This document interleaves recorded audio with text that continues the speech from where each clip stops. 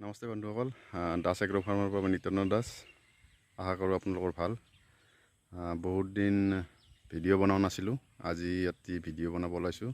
Actually মোৰ ফাৰ্মখন লাহে লাহে আগবাঢ়ি আছে, বাট কিছুমান সমস্যাৰো সন্মুখীন হোৱা গৈছে। তো আজি মোৰ গাহৰি ফাৰ্মখনৰ বিষয়ে সামান্য অলপ কিমান অগ্ৰগতি আছে তাৰ বিষয়ে অলপ জনাব ওলাইছোঁ। তো ভিডিঅ'টো চাই থাকক, আৰু যদি চেনেলটোত প্ৰথমবাৰ আহিছে কাইণ্ডলি লাইক এণ্ড শ্বেয়াৰ কৰি দিব। গাহৰি ফাৰ্মখন অতি কম মানে বহুত সৰুকৈ ষ্টাৰ্ট কৰিছিলোঁ, একদম কম তলৰ পৰা।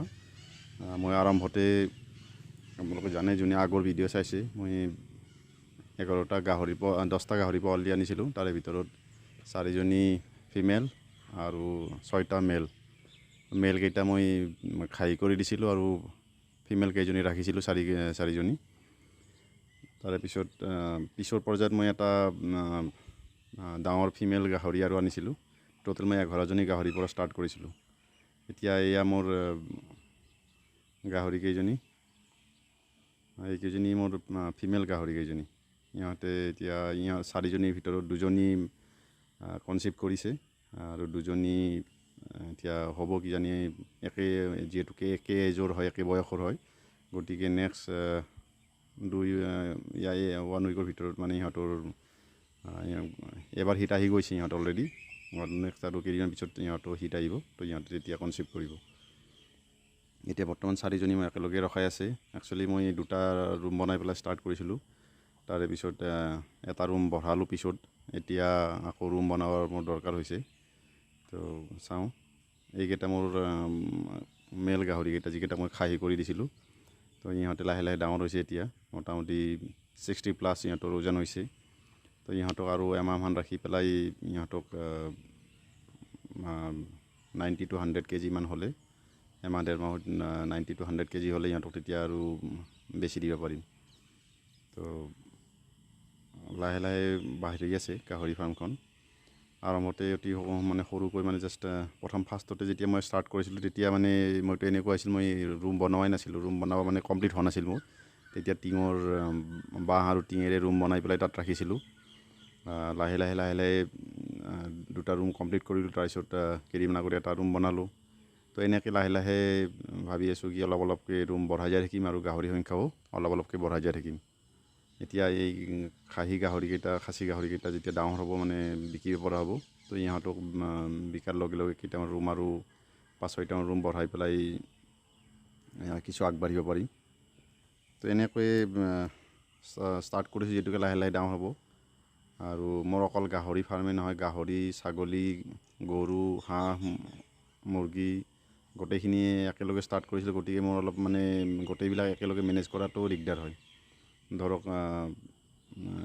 11টা গাহৰি, সিহঁতৰ দানা, গাই মোৰ 3জনী আছে, সিহঁতৰ খাদ্য, ছাগলীৰ সংখ্যা মোৰ মোটামুটি এতিয়া 40ৰ ওচৰ পাইছে। তো এনেকৈ বাঢ়ি আছে। তো সেইখিনি কৰাওঁতে অলপ ফাইনেন্সিয়েল অলপ টাফ হয়, কাৰণ এতিয়া পকেটৰ পৰা দি থকা গৈছে, আহি থকা একো নাই। তো তথাপি কৰি গৈ আছোঁ, আৰু আশা ৰাখিছোঁ কি বহুত সোনকালে এখন ভাল ফাৰ্ম মই সাজি উলিয়াবলৈ সফল হ'ম। অলপ টান হৈছে কেইদিন, বাট হ'লেও হৈ যাব। এতিয়া আশা দেখিছোঁ কি সোনকালে বাঢ়িব বুলি। এজনী মই ডাঙৰ গাহৰি কিনিছিলোঁ, তো তাইৰ পোৱালি হৈছে 12টা পোৱালি। এইকেইটাৰ আজি 21 days হ'ল। ইহঁতক সময়মতে আইৰণৰ ইনজেকশ্যন লগোৱা গৈছে। এতিয়া লাহে লাহে ইহঁত বাঢ়িব। 45 to 50 days হ'লে ইহঁতক ছেপাৰেট কৰিব লাগিব মাকৰ পৰা। তেতিয়ালৈ ইহঁত মাকৰ লগত আছে। এইটো নতুনকৈ ৰুম বনাইছিলোঁ, বাট গাহৰিজনী যেতিয়া পোৱালি জাগিব হ'ল, তেতিয়া ফ্ল'ৰখন তাই একদম নাকেৰে উঘালি ভাঙি পেলাই দিলে। তো কেইদিনমান পোৱালিকেইটা অলপ ডাঙৰ হোৱাৰ পিছত ফ্ল'ৰখন আকৌ বনাব লাগিব। মই ৰুম আৰু বনোৱাৰ প্লেনিং কৰি আছোঁ, 4-5টা ৰুম যাতে মই আৰু বনাব পাৰোঁ। তো এইকেইটা বনোৱাৰ পিছত আৰু যিহেতু এইকেইটা পোৱালিকেইটাকো মাকৰ পৰা ছেপাৰেট কৰিব লাগিব, মোৰ গাভিন হোৱা গাহৰিকেইটাকো মই বেলেগ বেলেগ কৰিব লাগিব। সেইকাৰণে ৰুমৰ দৰকাৰ হ'ব অতি সোনকালে। তো এতিয়া অলপ বৰষুণৰ বতৰ, সেইকাৰণে কামটো মই ষ্টাৰ্ট কৰিব পৰা নাই। বাট বৰষুণ 2-4 দিন বন্ধ হ'লে মই আৰু ৰুম বনোৱা কামটো ষ্টাৰ্ট কৰি দিম। এনেকৈ আগবাঢ়ি যোৱা যায়। বৰ একেলগে গোটেইবিলাক কৰা সহজ নহয়, মোৰ একচুৱেলি অলপ আৰম্ভতে অলপ ভুল হৈছিল, কাৰণ মই এই বছৰতে মাটি কিনিছিলোঁ, মাটি কিনি তাত মই ফাৰ্ম ষ্টাৰ্ট কৰিলোঁ। তো যদি মই মাটি কিনি 1 year গেপ দিলোঁ হয়, 1 year ষ্টাৰ্ট নকৰিলোঁ হয়, তেতিয়া কিজানি মানে অলপ বেছি ভালকৈ মানে ষ্ট্ৰংলি মানে আৰু কৰিব পাৰিলোঁ হয়।